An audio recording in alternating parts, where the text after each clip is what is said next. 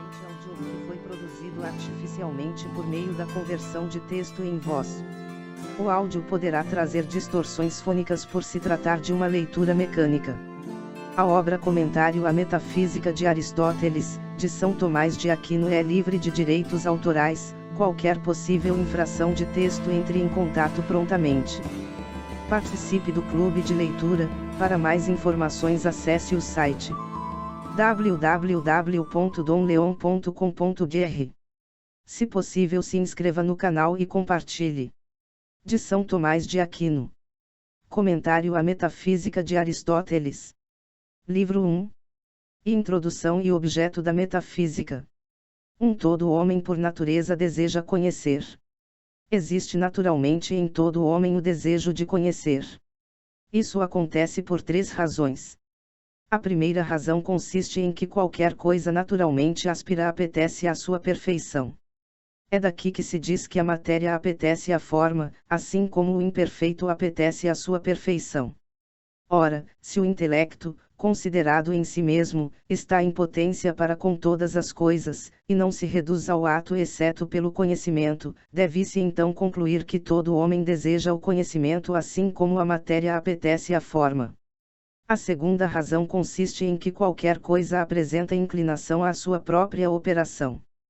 Por exemplo, o quente a esquentar, o pesado ao movimento para baixo.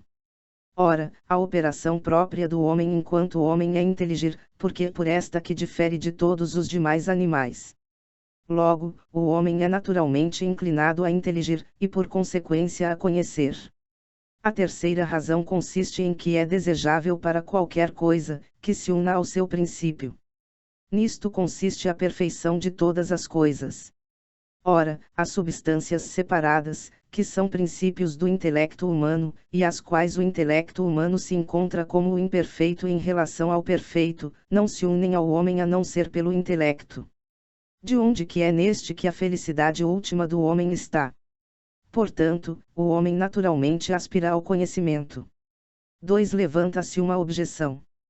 Poderia parecer errôneo afirmar que todo homem naturalmente aspira ao conhecimento, porque nós vemos que muitos ou a maior parte dos homens não se aplicam a este estudo. Responde-se a esta objeção dizendo que nada obsta se os homens não se aplicam ao estudo da ciência. Frequentemente aqueles que desejam algum fim são impedidos de prosseguirem até aquele fim por alguma causa. Assim, posto que todos os homens desejem o conhecimento, todavia não são todos que se aplicam ao estudo da ciência, porque são detidos por outras coisas, os prazeres, as necessidades da vida presente e até a preguiça que evita o trabalho de aprender. Aristóteles propôs isto para mostrar que a procura da ciência por causa de um objetivo que não apresenta utilidade prática, qual esta ciência da metafísica, não é vã, porque um desejo natural não pode ser vão. 3. Um sinal revelador de que todo homem deseja conhecer. O exame do sentido da vista revela o desejo do homem pelo conhecimento.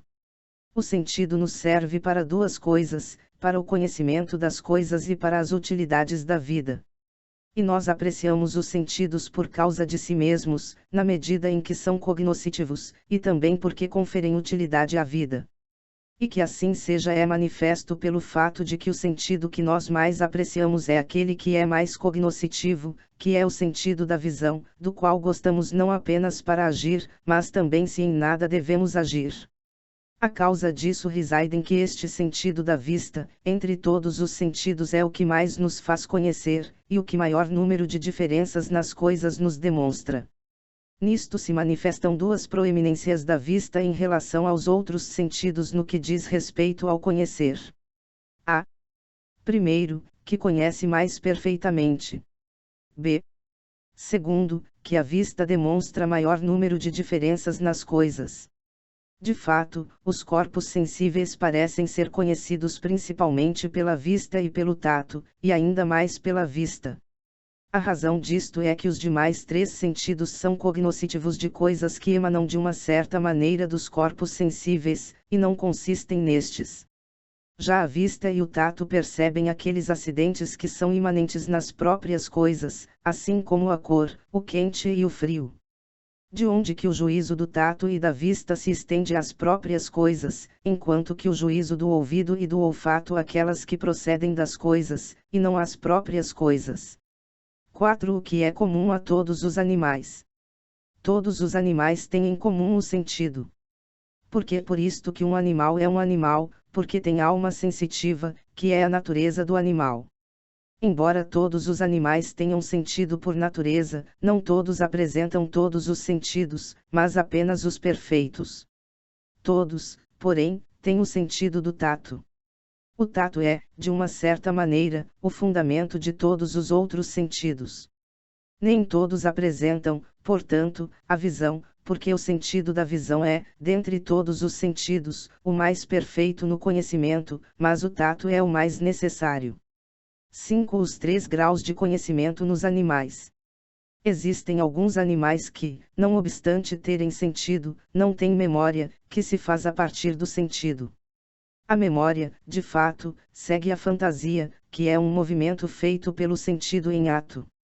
Ora, em alguns animais, o sentido não provoca a fantasia e, assim, neles não pode existir a memória. Estes são os animais imperfeitos, que são imóveis segundo o lugar, como as conchas. Este é o primeiro grau de conhecimento nos animais. Outros animais, além do sentido, devem necessariamente ter memória, já que se movem localmente por um movimento progressivo. Isto não acontece com os animais imóveis, para os quais é suficiente que recebam os sensíveis presentes. Portanto, apresentam uma imaginação confusa, que lhes provoca um certo movimento indeterminado. Este é o segundo grau de conhecimento nos animais devido ao fato de que alguns animais apresentam memória e outros não, segue-se que alguns são prândontes e outros não. A prudência prevê a respeito do futuro a partir da memória do passado. Esta prudência é dita de uma certa maneira nos animais brutos, e de outra maneira nos homens. Nos homens, a prudência é algo segundo a qual pela razão deliberam o que lhes importa agir. Nos animais, é dito prudência o juízo acerca das coisas para agir não devido à deliberação, mas por um certo instinto da natureza. De onde que a prudência nos outros animais além do homem é uma estimação natural do que é conveniente prosseguir ou fugir, assim como a ovelha segue a mãe e foge do lobo. Entre os animais que apresentam memória, alguns apresentam ouvido e outros não. Aqueles que não possuem ouvido, ainda que tenham prudência, não são disciplináveis, de tal maneira que pela instrução de outros possam aprender a fazer ou evitar algo. Ora, tal instrução é recebida pelo sentido do ouvido.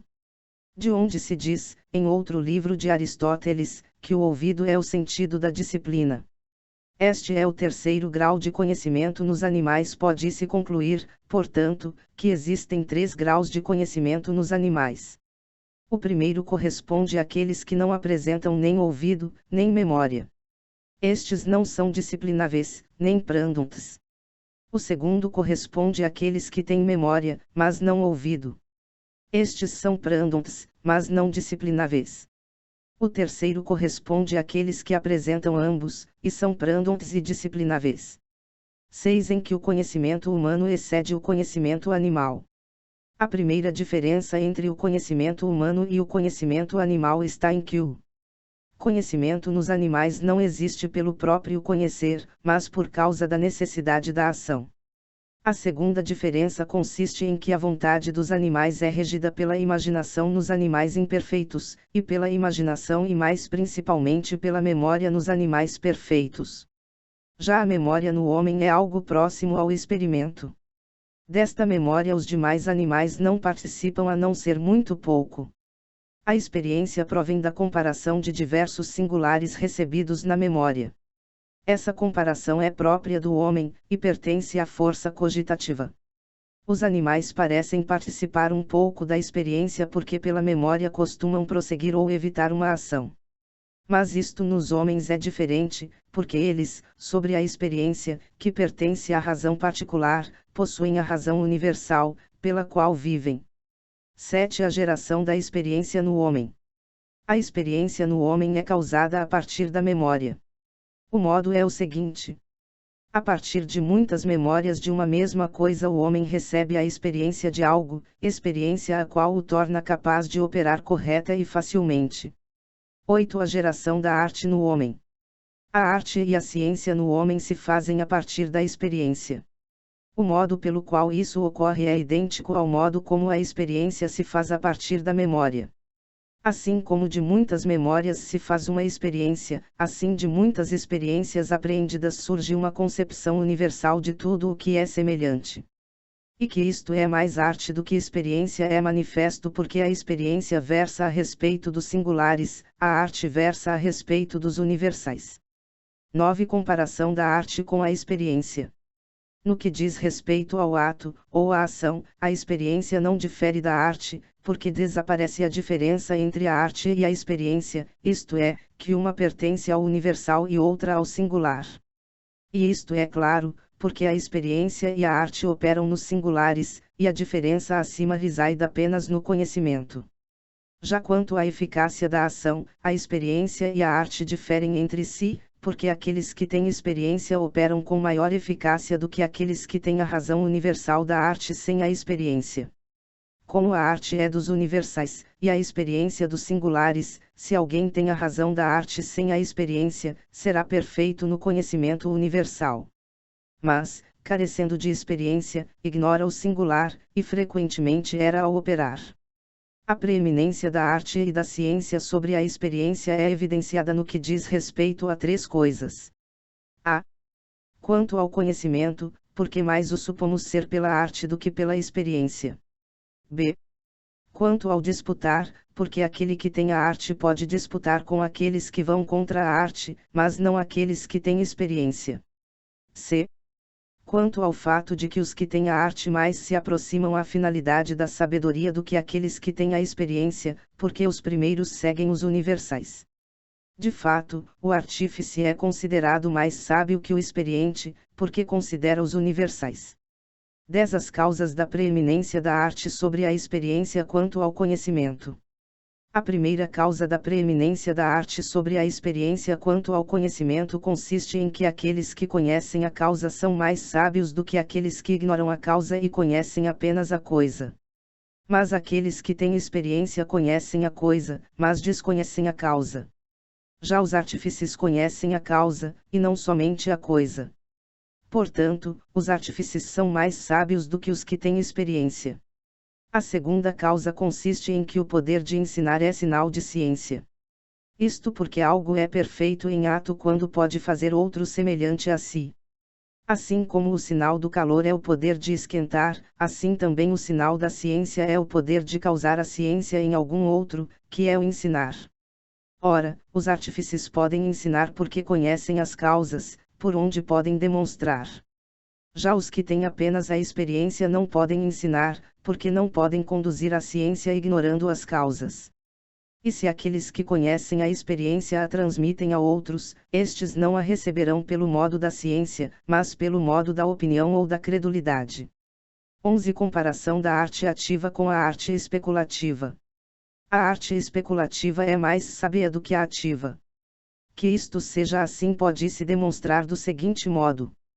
Em qualquer ciência ou arte na qual se encontre algo pelo qual os homens sábios tenham honra e admiração perante os demais homens, nesta medida esta ciência é mais honorável e digna do nome de sabedoria.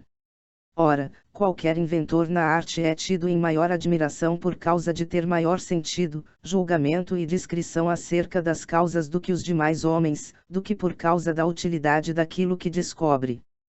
Portanto, as ciências que são mais admiráveis e dignas do nome de sabedoria o são pela eminência dos seus julgamentos, e não por causa de sua utilidade. Ora, muitas artes são relacionadas com fins utilitários. Outras servem como introdução às outras ciências, como as ciências lógicas. Mas os artífices que são ditos os mais sábios são aqueles cuja ciência não se destina a finalidades úteis, mas ao próprio conhecer. Estas são as ciências especulativas. 12. Observação. Até aqui o nome arte, sabedoria e ciência foram utilizados com o mesmo sentido. Para que não se pense que eles significam o mesmo, devemos aqui colocar a diferença entre ciência, arte, sabedoria, prudência e intelecto. Este assunto será tratado mais demoradamente nos livros de ética. Sabedoria, ciência e intelecto se referem à parte especulativa da alma.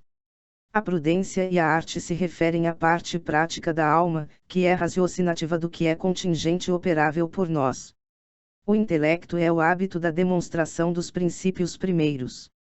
A ciência são as conclusões a partir das causas inferiores. A sabedoria considera as causas primeiras. A prudência nos dirige nas ações que não transformam a matéria exterior, isto é, nas ações que são perfeições do agente. A prudência é a razão correta acerca do que é agível. A arte nos dirige nas ações que transformam a matéria exterior. Por exemplo, edificar e cortar. A arte é a razão correta do que é factível. 13. Conclusão. O objeto da metafísica. Até aqui a conclusão deste discurso consiste em que aquela ciência que é denominada sabedoria é a respeito das causas primeiras, e a respeito dos primeiros princípios. Isso é manifesto de tudo quanto foi dito, e pode melhor ser explicado conforme segue.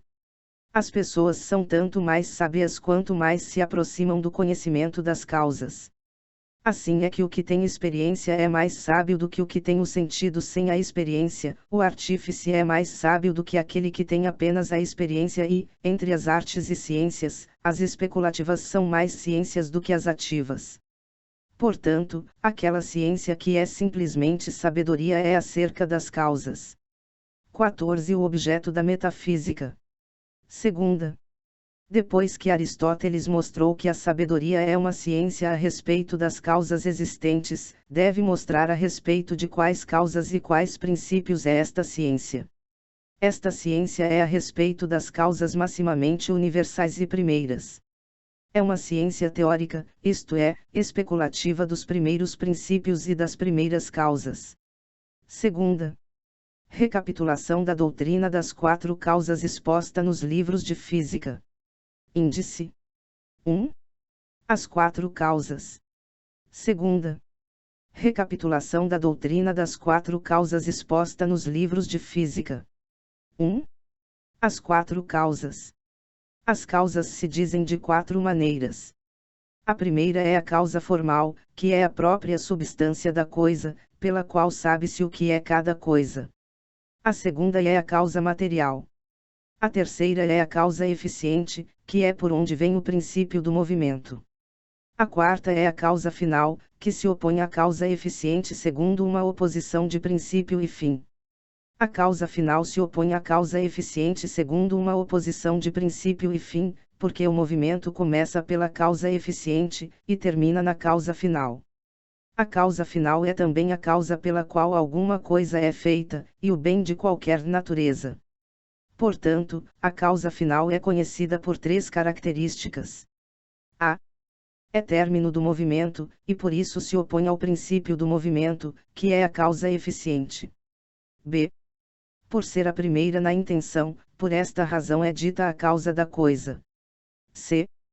Por ser apetecível por si, esta é a razão pela qual é dita bem. Por estas coisas, percebe-se que Aristóteles pretende colocar 2 fins. A. O fim da geração é a própria forma, que é parte da coisa. B. O fim do movimento é algo pretendido além da coisa que é movida. Terceira. As opiniões dos filósofos acerca das causas das coisas. Índice 1. Os filósofos que colocaram a causa material. 2. A posição dos filósofos que colocaram a causa material. Segunda. 3. Os filósofos que colocaram a causa eficiente como princípio do movimento. 4. Os que colocaram a causa eficiente não só como princípio do movimento, mas do bem e do mal. Terceira.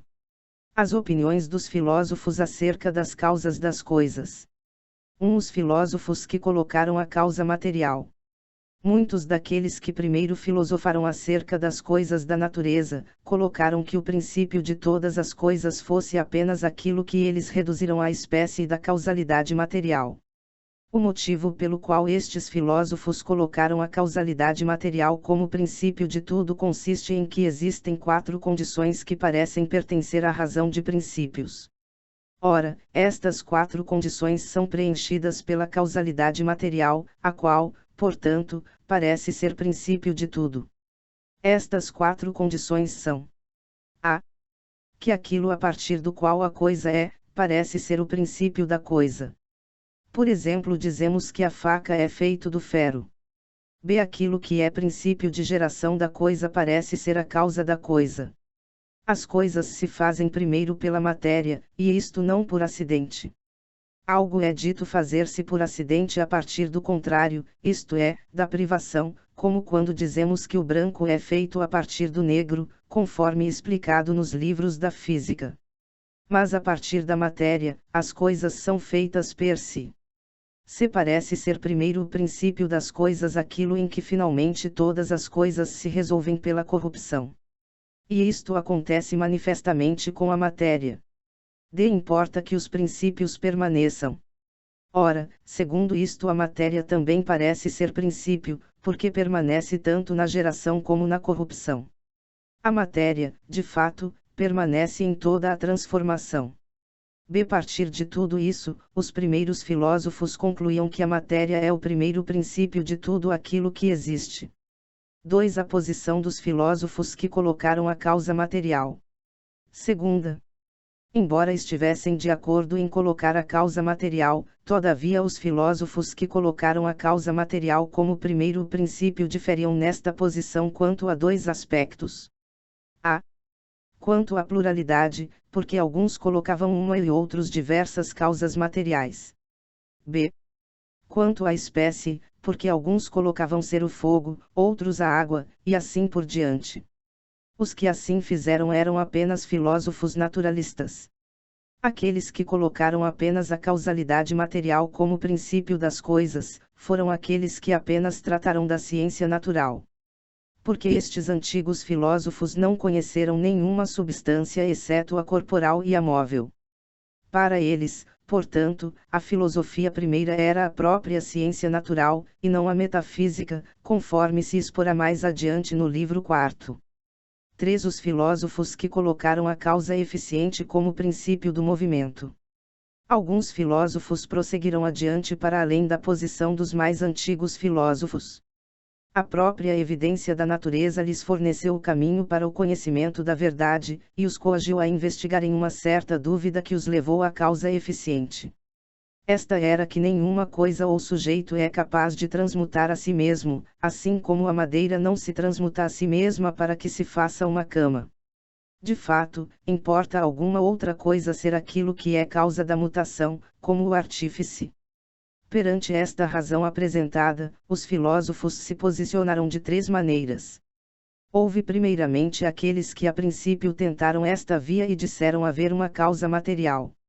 Mas não se afligiram com a solução da questão precedente.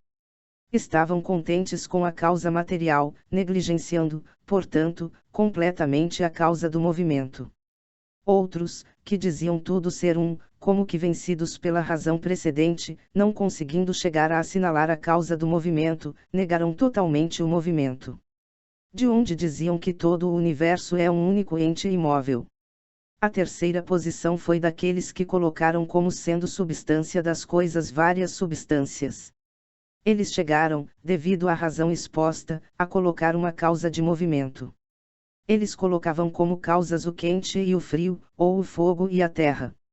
Dos quais o fogo apresentava natureza motiva, e a água, a terra ou o ar o contrário, isto é, uma natureza passiva.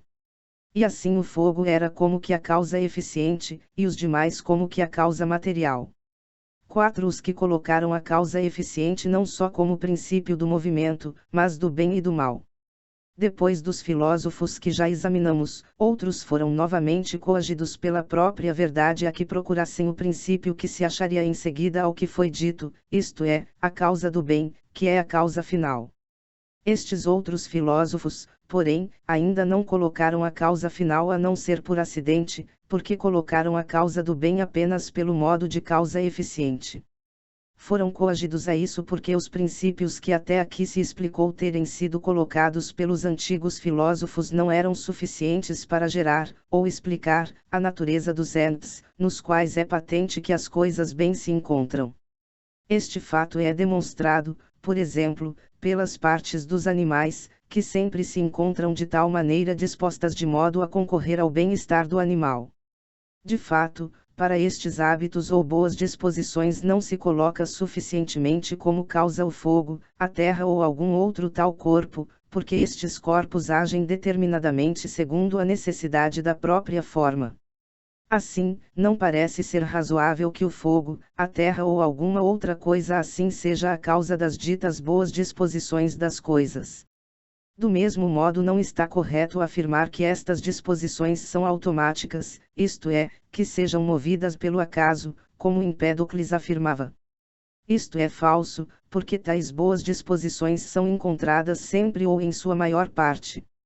Aquelas coisas que são boas pelo acaso ou pela sorte não se dão sempre, nem frequentemente, mas raramente.